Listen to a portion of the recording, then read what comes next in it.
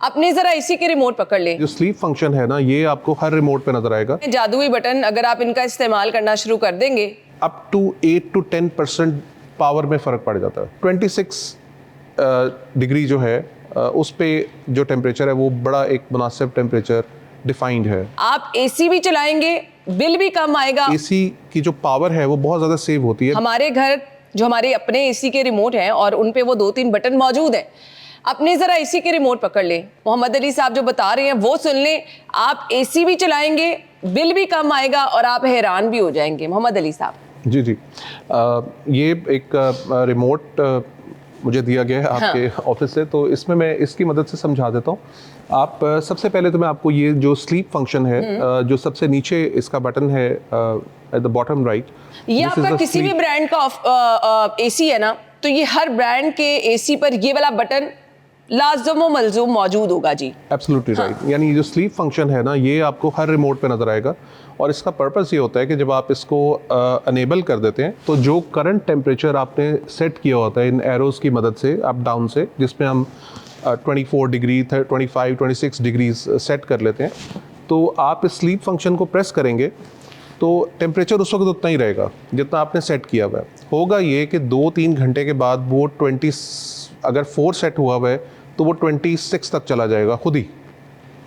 अगर और चूंकि वो दैट मेक्स सेंस, क्योंकि आपको सोने के लिए ज़रा थोड़ा सा कम टेम्परेचर चाहिए होता है, बट एक दफ़ा व्हेन यू फॉल अस्लीप फिर आपको उतना कम टेम्परेचर नहीं चाहिए। बट फिर एसी की जो पावर है वो बहुत ज़्यादा सेव होती है, बिकॉज जो आप 1 डिग्री जब चेंज करते हैं अपना एसी का टेम्परेचर, तो अप टू 8 to 10% पावर में फ़र्क पड़ जाता है।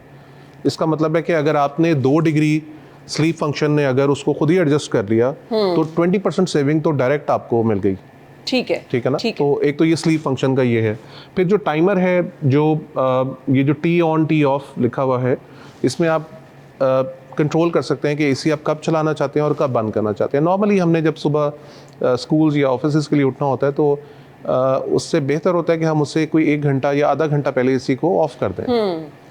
तो वहाँ पे नेचुरली पावर की जो है वो काफ़ी एक सेविंग। यानी ये 2 बटन हैं, जादुई बटन, अगर आप इनका इस्तेमाल करना शुरू कर देंगे तो आपको यकीनी तौर पर बिजली का बिल कम आएगा। मोहम्मद अली साहब, अक्सर लोग 22 पे, मैंने 16 पे भी देखा है लोगों को एसी चलाते हुए। आइडियल टेम्परेचर आप क्या रखेंगे और ये टेम्परेचर भी आपके बिजली के बिल के साथ खेलता है?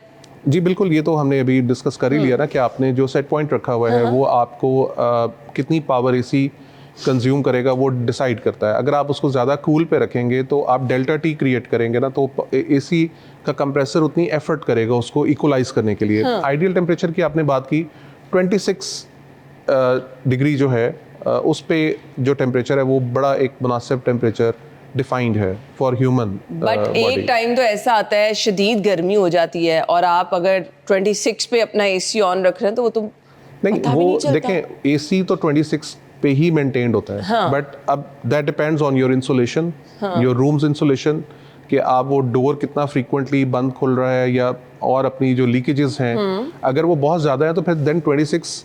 देखिए 26 का जो कहने का मेरा मतलब है ना, वो 26 है एम्बिएंट टेम्परेचर, यानी maintained temperature. AC is struggling कि उसको मिनिमाइज करे, बट अगर लॉसेज उससे ज़्यादा हैं then it will not be 26, then it will be 28 या 27 29 बिकॉज ऑफ द लॉसेस। ठीक है ना। तो अगर आप अपने लॉसेस को मिनिमाइज करें, उसको आप प्रॉपरली उसको मेंटेन करें, उसकी सर्विसिंग करें, तो चलें 26 नहीं तो 25 कर लें। लेकिन ये जो 24 23 22 की हैबिट है, दिस इज नॉट गोइंग। चलें एक प्रैक्टिस करके देखें हमारे नाजरीन। 1 महीना आप एसी 26 पर पूरा चला के देखें, बिल आपको कम आएगा शर्तिया तौर पर। और वो जो आप 16 पे चलाते हैं, 22 पे चला लिया, उससे आपका बिल भी ज़्यादा होता है। ये चीज़ें वाज़े हैं। अब इसके अलावा घर में इन्वर्टर पंखे अब बहुत ट्रेंड आ गया है कि बहुत सारे लोग कहते हैं जी इन्वर्टर पंखे भी चला लें तो बिल कम आता है, तो अब हमें अपने पंखे भी रिप्लेस करने इन्वर्टर पे जाना है, वाकई बिल कम आएगा? जी डेफिनेटली, बिकॉज जो इन्वर्टर टेक्नोलॉजी है टेक्निकली तो वो BLDC टेक्नोलॉजी कहलाती है। इट्स ब्रशलेस DC टेक्नोलॉजी, और DC appliances are inherently more efficient than AC counterparts. तो अब ये जो BLDC फ़ैन है उसकी जो एक नॉमिनल वाटेज जो है it is from 25 to 30 watts, यानी 25 वाट, और अगर आप उसकी स्पीड कंट्रोल कर लें तो वो 25 से 20 वाट या 15 वाट पे भी आप उसको चला सकते हैं। ये ज़रूरी नहीं है कि आपने पंखे हमेशा फुल स्पीड पे ही चलाने हैं। ये सारी चीज़ें जो है ना वो आपकी नीड बेस्ड होनी चाहिए, यानी आप उसे स्पीड कंट्रोल करके तो बस उतना चलाएं जितनी आपको ज़रूरत है।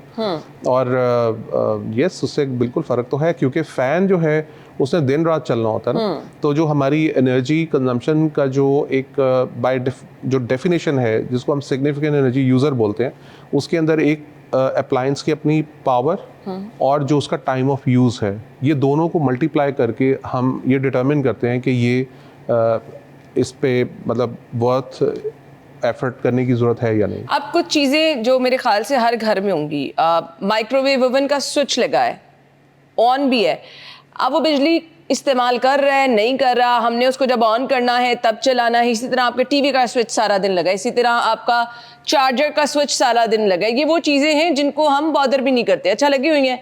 तो ये क्या जब स्विच हमारे लगे होते हैं, ऑन होते हैं, तब बिजली इस्तेमाल हो रही होती है? जी बिल्कुल, क्योंकि ये सारे स्टैंड बाय मोड्स पर होते हैं और अब हमें बिकॉज कन्वीनियंस इतनी उसकी ज़्यादा होती है कि हमें बार बार वो चीज़ों को, आपके एसी तो होते ही स्टैंड बाय पे है ना, क्योंकि आप लेकिन आप ये कर सकते हैं कि जो एसीज ऐसी जगहों पे लगे हैं जैसे ड्राइंग रूम है या कोई ऐसे रूम्स हैं जो अब फ्रीक्वेंट नहीं है, जो गेस्ट रूम है, उनके आप एटलीस्ट स्टैंड बाय पे ना रखें।